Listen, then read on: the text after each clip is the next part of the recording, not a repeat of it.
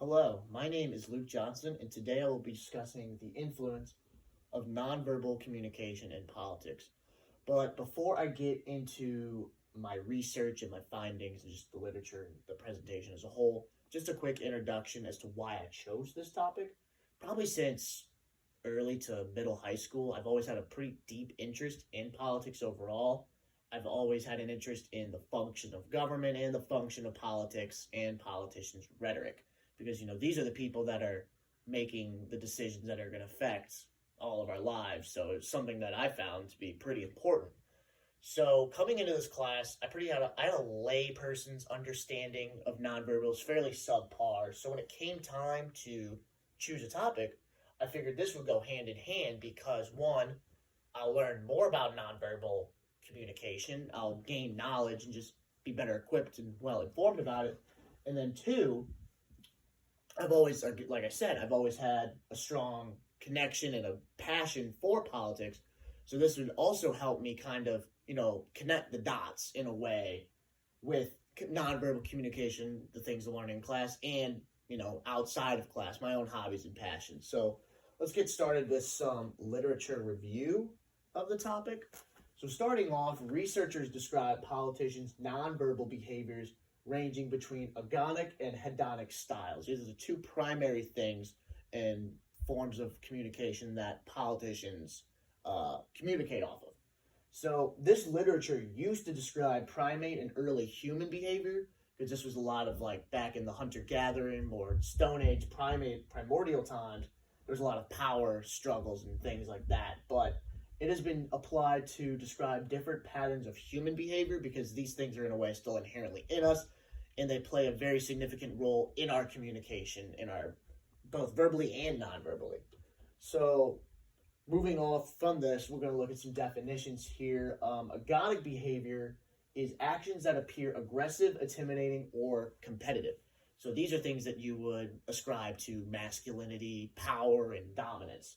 Some examples of common uses of agonic behavior, something like a defiant hand or arm movement, finger pointing, fist shaking, anything that challenges established power relationships. And then this one, hedonic behaviors, this is used by most politicians in general. They at least try to use it. But these are actions that emphasize social status, things such as appearing more appeasing, reassuring, indicating some deep connection with their audience, trying to build a bond there, if you will. And some examples of that would be waving at their crowd, giving a thumbs up, tipping their hat, speaking in a calm or quiet, more soothing tone of voice. So going from here, this kind of leads into something very common in both politics and in nonverbal communication in general, the halo effect. Now, the halo effect is defined as a tendency of better-looking individuals to be more evaluated more positively. And this correlates directly between candidates' attractiveness and electoral support. Because obviously people who look better or more seen as more physically attractive, their peers have a high perception of them. Or someone, if they don't even know them, they have a higher perception of them. So this still works in politics too, because there have been several studies and several elections showing under conditions of low information, voters tend to endorse more attractive candidates and to assign them to their preferred beliefs. So people, even in politics, who look physically attractive, who have a better appearance and adornment, people are going to attribute more positive values and more just overall positive perception about that person, even if they have no low information on them or don't even know them at all. So that's something that definitely could be used to a politician's advantage. So going into my research, this was my method and my participants here. I had surveyed a total of 30 people for this project. There was no specific target audience in regards to demographics, so gender, sex, race, ethnicity, none of that mattered. I focused primarily on their ideologies, where they leaned politically. I interviewed those who identify on either side of the compass, and I interviewed people from both sides, so same amount of people as I did Republicans, as I did conservatives. So I kind of tried to split it down the middle. And then I surveyed people, there's a wide range of age. I've surveyed people from the voting age of 18 all the way up to 70 years old. Again, the demographics don't matter, but I had quite a wide range on the age of the people I voted or polled. So looking at the procedure itself, I had participants identify where they aligned first off, and then I had them choose one politician from each party. So one Democrat, one Republican. Didn't matter who they choose. They could, most people, obviously, it being the election this year, most of them chose Donald Trump and Joe Biden, but they didn't have to choose that. They could choose as long as one Democrat, one Republican. And I asked them the same set of questions here over both politicians, and I tallied those results of what they saw and how they perceived those people and their communication non-verbally. So looking at the questions, the first question is, watching stated person, are there any nonverbal cues that have stood out to you, and if so, specifically, which ones? This question will be for the first graph, and then for the second graph, both of these questions will be on the same graph on my second table.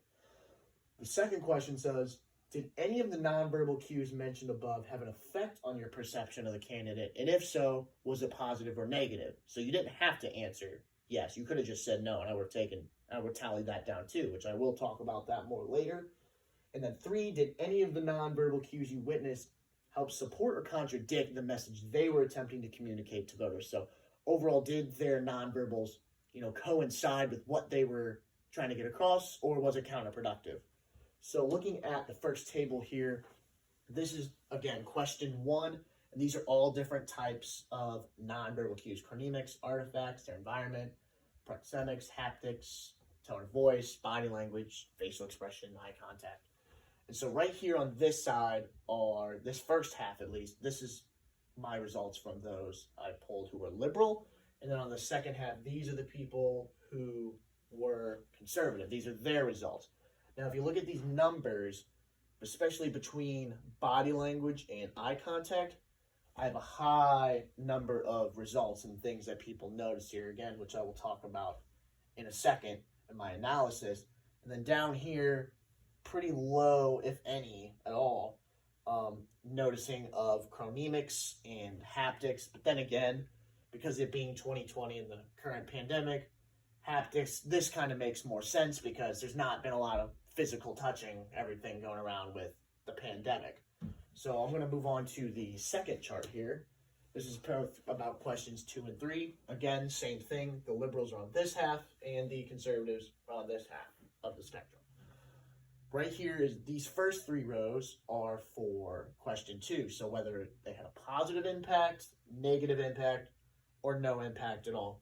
And notice there's some dashes right here on the no impact, and it only shows the impact being on Democrat. That's not necessarily just all Democrat. I had these dashes here because I didn't assign, conservative, Democrat, Republican on the no, because I just took the no as just a straight no. So that the party affiliation really didn't matter there. And then 3 down here is whether it supported or contradicted the message. And again, if you see here, I have some pretty high numbers on overall support of the message, which I'll get into in a second. So analyzing this, I saw that both liberals and conservatives overall took a high notice of politicians' facial expressions and their kinesics, so their body language, which is expected because that's something people see the most overall. And then people who identified opposite of the party they vote for noticed the kinesics the most. So they noticed body language more in their opposing party than the party that they most likely vote for. So I found that to be kind of interesting. And then survey participants had a higher observance of different nonverbal cues than their ideological counterparts. So not just in body language alone, just overall nonverbal cues. They noticed more nonverbal cues in what would most likely be their opposing party than their own party. And that went both ways. So that was something I took note of. And then continuing with this, that regardless of political affiliation, politicians across party line, according to the people I polled, effectively use nonverbal cues to communicate their message to voters. So again, whether these people completely disagreed with the message or completely agreed with the message, they realized and recognized that the nonverbals they used were effective overall in getting that message out to voters. And then another thing is that surveyed individuals found that politicians in the opposed party had high negative impact on their perception of the politician. So this is where people's inherent biases are really came out in that second question that I asked them. Because like it says, negative impact overall, the people, which I also found kind of strange and interesting too, is that the nonverbals alone were able to completely change somebody's perception of that politician. Just the nonverbals alone, not everything about their policies, they verbally what to say, just nonverbals alone were able to completely change somebody's perception of that person. And again, from opposite parties, it was mostly negative. Then going into our discussion, 10 of the people I surveyed from the left said that their perceptions of the politician did not change their nonverbal cues. So 2/3 of the people I polled from the left, they said that it didn't affect their perception overall of the candidate or politician. So this could mean a couple things. One of my hypotheses is that voters on the left are more concentrated on things outside of nonverbal communication, so as compared to their conservative counterparts. So people on the left are more looking at the verbal messaging and other things, not the body language and other things like that. They're just looking more at the words. And then liberals found Republicans' nonverbals to create a negative perception and vice versa for conservatives. So again, as I talked about earlier, again, this is where people's biases come out, that going against the opposite party, they had negative perceptions of somebody that they would probably not vote for regardless.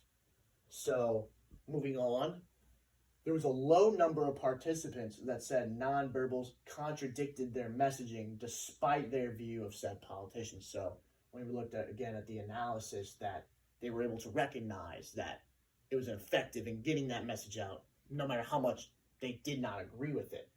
So another thing about my hypothesis here is that people on the right are more observant of nonverbal cues than those on the left, or that conservatives just look more for nonverbal communication than the direct message or speaking. So they're not necessarily always looking here, but they're looking more at the nonverbals, or they're just keener on that.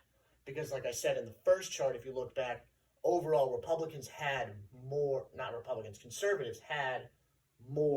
tallies on different nonverbal cues than their liberal counterparts. So in conclusion here, a couple takeaways here, that not a big surprise to me at least, that much of what I found in research aligns with much of current communication literature on how language is, or on body language in particular, is the largest contributor of coding and messaging and communication. And that conservatives overall are keener, at least more keener than their liberal counterparts on nonverbals, and those on the left are more focused on the actual words and messages of the speaker specifically.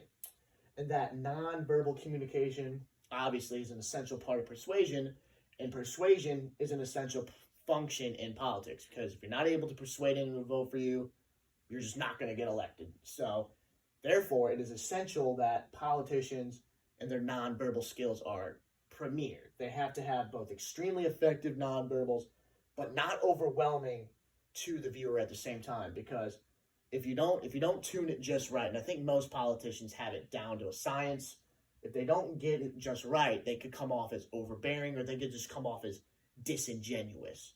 So again, a lot of the things I found do coincide with current literature, and then some of these things, again, are simply my hypothesis, which would probably need more research to look into that and see if this is truly accurate or not.